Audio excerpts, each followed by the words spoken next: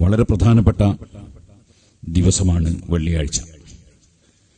നാളെ ഒരുപക്ഷെ വെള്ളിയാഴ്ചയിലെ ജുമാ നിസ്കാരവും മാസം കണ്ടിട്ടുണ്ടെങ്കിൽ നമുക്ക് പെരുന്നാൾ നിസ്കാരമുള്ളതുണ്ട്. അഷ്റഫുൽ ഖൽഖ് സല്ലല്ലാഹു അലൈഹി വസല്ലം പെരുന്നാൾ ദിനത്തിൽ ജുമാ ഉണ്ടായപ്പോൾ രണ്ടും നിസ്കരിച്ചതായിട്ടാണ് ഹദീസുകളിൽ ഉള്ളത്.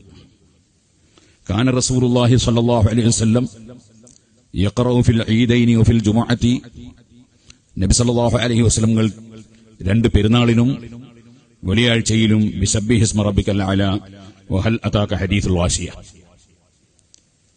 ഈ രണ്ട് സൂറത്തുകൾ ഓതിയിരുന്നു. ഖാല വഇദജ്തമഅൽ ഈദു വൽ ജുമുഅത്തു ഫീ യൗമിൻ വാഹിദിൻ, ഒരേ ദിവസം വെള്ളിയാഴ്ചയും പെരുന്നാളും സംഗമിച്ചാൽ യഖറഉ ബിഹിമാ അയ്ളൻ ഫി സ്വലാത്തൈനി, പെരുന്നാൾ നിസ്കാരത്തിലും ജുമാ നിസ്കാരത്തിലും ആ രണ്ട് സൂറത്തുകൾ തന്നെ നബി സല്ലല്ലാഹു അലൈഹി വസല്ലം ഓതി നിസ്കരിച്ചിരുന്നു. ഇങ്ങനെ ഇമാം മുസ്ലിം റളിയല്ലാഹു അൻഹു റിപ്പോർട്ട് ചെയ്ത ഹദീസിൽ കാണാം. ഈ ഹദീസ് കൊണ്ട് വളരെ വ്യക്തമാണ് അഷ്റഫുൽ ഖൽഖ് സല്ലല്ലാഹു അലൈഹി വസല്ലം പെരുന്നാളും ജുമഅയും ഒരുമിച്ച് വന്നാൽ യാതൊരു മാറ്റവും വരുത്താതെ ജുമഅയും പെരുന്നാളും രണ്ടും നിസ്കരിക്കുകയും രണ്ടിലും ആ മഹത്തായ രണ്ട് സൂറത്തുകൾ ഓതുകയും ചെയ്തിരുന്നുവെന്ന് നുഅ്മാൻ ഇബ്നു ബശീർ റളിയല്ലാഹു അൻഹുവിൽ നിന്നുള്ള സഹീഹായ ഹദീസിൽ നമുക്ക് കാണാം. അപ്പോൾ യാതൊരു സംശയത്തിനും അവകാശമില്ല, നാളെ പെരുന്നാളാവുകയാണെങ്കിൽ ജുമാ നിസ്കാരം നമുക്ക് സാധാരണ പോലെ നിർബന്ധമാണ്, പെരുന്നാൾ നിസ്കാരം വളരെ പ്രധാനപ്പെട്ട സുന്നത്തുമാണ്. സുന്നത്തായ പെരുന്നാൾ നിസ്കരിച്ചതുകൊണ്ട് നിർബന്ധമായ ജുമാ വേണ്ട എന്ന് അറിവില്ലാത്ത ചിലർ പ്രചരിപ്പിക്കുന്നതായി ശ്രദ്ധയിൽപ്പെട്ടിട്ടുണ്ട്. അതിൽ മുസ്ലിമീങ്ങൾ ആരും പെട്ടുപോകാൻ പാടില്ല. ബഹുമാനപ്പെട്ട ഉസ്മാൻ ഇബ്നു അഫ്ഫാൻ റളിയല്ലാഹു അൻഹുവിന്റെ കാലഘട്ടത്തിൽ ഒരു പെരുന്നാൾ ജുമാ ദിവസത്തിൽ ഉണ്ടായിരുന്നു. ഫസല്ല ഖബല അൽ ഖുതുബത്തി സുമ്മ ഖതബ, അങ്ങനെ ഉസ്മാൻ ഇബ്നു അഫ്ഫാൻ റളിയല്ലാഹു അൻഹു ജുമാ നിസ്കാരം കഴിഞ്ഞ് പെരുന്നാളിന്റെ ഖുതുബ നിർവഹിച്ചു. ഫഖാല, അവിടുന്ന് പറഞ്ഞു, യാ അയ്യുഹന്നാസ്, ഓ ജനങ്ങളെ, ഇന്ന ഹാദാ യൗമുൻ ഖദ് ഇജ്തമഅ ലക്കും ഫീഹി ഈദാനി, ഇന്ന് രണ്ട് പെരുന്നാൾ ഒരുമിച്ച് വന്നിരിക്കുകയാണ്. ഫമൻ അഹബ്ബ അൻ യന്തളിറ അൽ ജുമുഅത മിൻ അഹ്ലിൽ അവാലി ഫൽയന്തളിർ. അപ്പോൾ ജുമുഅക്ക് വന്ന പെരുന്നാളിനെ നിസ്കരിക്കാൻ വേണ്ടി വന്ന ആളുകളിൽ വളരെ ദൂരങ്ങളിൽ നിന്ന് വന്നവർ ഉണ്ട്. അതാണ് അഹ്ലുൽ അവാലി.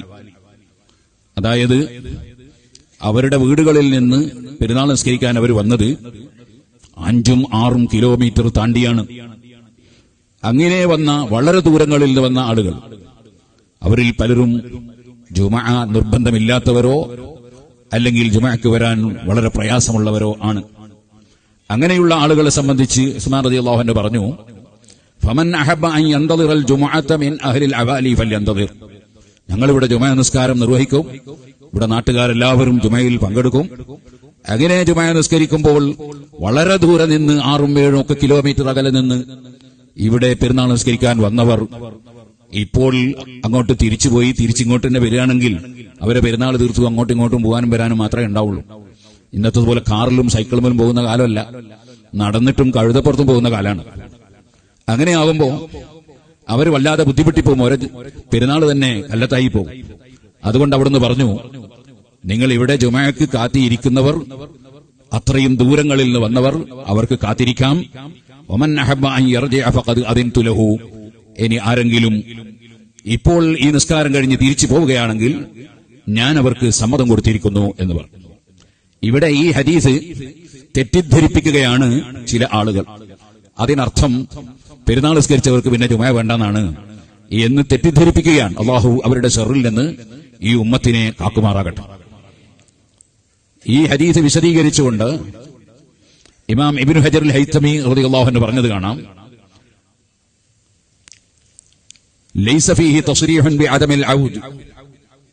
ഞാൻ തിരിച്ചു പോകാൻ സമ്മതം കൊടുത്തു എന്ന് പറഞ്ഞതുകൊണ്ട് അവർ ജുമുഅക്ക് തിരിച്ചു വരണ്ട എന്ന് ആ വാക്കിൽ ഇല്ല. ഇനി അഥവാ അങ്ങനെ ഉണ്ടെങ്കിൽ തന്നെ വഅയ്ളൻ ഫളാഹിറുൽ ഹദീസ് ബി കൗനിഹിം മിൻ അഹ്ലിൽ അവാലി, അഹ്ലുൽ അവാലി എന്ന് പറഞ്ഞാൽ വളരെ അകലെയുള്ള മലകളിലൊക്കെയുള്ള ആളുകളാണ്. അന്നഹും ലം യകൂനൂ മിമ്മൻ തജിബു അലൈഹിമുൽ ജുമുഅതു, അവർ ജുമുഅ നിർബന്ധമുള്ള ആളുകളായിരുന്നില്ല. ലിബഅദി മനാസിലിഹിം അനിൽ മസ്ജിദി, അവരുടെ വീടുകൾ പള്ളിയിൽ നിന്ന് അത്രയും അകലെയായതുകൊണ്ട് അവരെ സംബന്ധിച്ചാണ് ആ പറഞ്ഞിട്ടുള്ളത്. അല്ലാതെ നാട്ടിലുള്ള ആളുകൾ പെരുന്നാൾ നിസ്കരിച്ചാൽ പിന്നെ ജുമുഅ നിസ്കരിക്കണ്ട എന്നല്ല എന്ന് ഇബ്നു ഹജർ അസ്ഖലാനി റളിയല്ലാഹു അൻഹു സഹീഹുൽ ബുഖാരിയുടെ വ്യാഖ്യാനത്തിൽ വിശദീകരിച്ചതായി കാണാം. ഇത് ധാരാളം കിതാബുകളിൽ ഇമാമിങ്ങൾ വിവരിച്ചിട്ടുള്ള ഒരു കാര്യമാണ്. അതുകൊണ്ട് നമ്മുടെ കേരളത്തിൽ ശാഫിഈ മദ്ഹബുകാരായ മുസ്ലിമീങ്ങളാണ്. ആ ശാഫിഈ മദ്ഹബുകാരായ മുസ്ലിമീങ്ങൾക്ക് ഹദീസും ഖുർആനും പഠിപ്പിക്കുന്ന ആശയമാണ് ഇമാം ശാഫിഈ റളിയല്ലാഹു അൻഹു പഠിപ്പിച്ചത്. ഖുർആനിൽ വ്യക്തമായി അല്ലാഹു പഠിപ്പിച്ചതാണ്, യാ അയ്യുഹല്ലദീന ആമനൂ ഇദാ നൂദിയ ലിസ്സലാത്തി മിൻ യൗമിൽ ജുമുഅത്തി ഫസ്അഉ ഇലാ ദിക്രില്ലാഹ്, വെള്ളിയാഴ്ച ബാങ്ക് വിളിക്കപ്പെട്ടാൽ നിങ്ങൾ അല്ലാഹുവിന്റെ ദിക്റിലേക്ക്, ഖുതുബയിലേക്കും ജുമുഅ നിസ്കാരത്തിലേക്കും അടക്കത്തോടെ ഒതുക്കത്തോടെ വരണം എന്നത് ഖുർആൻ പഠിപ്പിച്ചതാണ്. അവിടെ ഖുർആനിൽ പെരുന്നാൾ ദിവസം വരണ്ട എന്ന് പറഞ്ഞിട്ടില്ല. അതേപോലെ ഖുർആനിൽ പെരുന്നാൾ ഒഴിച്ചുള്ള വെള്ളിയാഴ്ച എന്ന് പറഞ്ഞിട്ടില്ല. എല്ലാ വെള്ളിയാഴ്ചകളും ജുമുഅ നിർബന്ധമുള്ളവർ ജുമുഅക്ക് പങ്കെടുക്കണം എന്ന് തന്നെയാണ് ഖുർആൻ പഠിപ്പിച്ചിട്ടുള്ളത്. ജുമുഅക്ക് വരുന്നതിന് മുടക്കമുള്ള ചില ആളുകളെ പണ്ഡിതന്മാര് എണ്ണിയിട്ടുണ്ട്. അതിൽപ്പെട്ടവരാണ് സ്ത്രീകൾ ജുമുഅക്ക് വരണ്ട, അതേപോലെ രോഗം കൊണ്ട് വരാൻ പ്രയാസപ്പെട്ടവർ വരണ്ട, യാത്രക്കാർക്ക് ജുമുഅ നിർബന്ധമില്ല എന്നൊക്കെ പറയുന്ന കാര്യങ്ങൾ. ഇതേപോലെ ഒരു രോഗിയെ ശുശ്രൂഷിക്കുന്ന, രോഗിയല്ലാത്ത ആൾക്ക് ആ ബാപ്പാനെ ശുശ്രൂഷിക്കുന്ന മോർണിംഗ് പോകുന്ന ബാപ്പ ബുദ്ധിമുട്ടി പോകും. അങ്ങനെയൊക്കെയുള്ള ആളുകൾക്ക് അങ്ങനെ ചില കാരണങ്ങൾ ജുമുഅ ഒഴിവാക്കുന്നതിന് പറഞ്ഞ കാരണങ്ങളുണ്ട്. ആ കാരണങ്ങൾ പറഞ്ഞ ഒരു സ്ഥലത്തും വെള്ളിയാഴ്ചയായാൽ ജുമുഅക്ക് പോകണ്ട, അല്ല പെരുന്നാളായാൽ അന്ന് വെള്ളിയാഴ്ച ജുമുഅക്ക് പോകണ്ട എന്ന് പണ്ഡിതന്മാരാരും പറഞ്ഞിട്ടും ഇല്ല. അതുകൊണ്ട് ആരും നാളത്തെ വെള്ളിയാഴ്ച അഥവാ പെരുന്നാളാണെങ്കിൽ അതിമഹത്തായ വെള്ളിയാഴ്ചയാണ്. പെരുന്നാളിന്റെ എല്ലാ മഹത്വവും അതിനുണ്ട്, ജുമുഅ ദിവസത്തിന്റെ എല്ലാ മഹത്വവും അതിനുണ്ട്. അത്രയും വലിയ പുണ്യദിവസമായ ഈ ദിവസം ഒരിക്കലും തന്നെ ജുമുഅ നഷ്ടപ്പെടുത്തുന്നവരിൽ ഒരു മുസ്ലിമും പെട്ടുപോകരുത് എന്ന് ഈ സമയത്ത് പ്രത്യേകമായി ഓർമ്മപ്പെടുത്തുകയാണ്.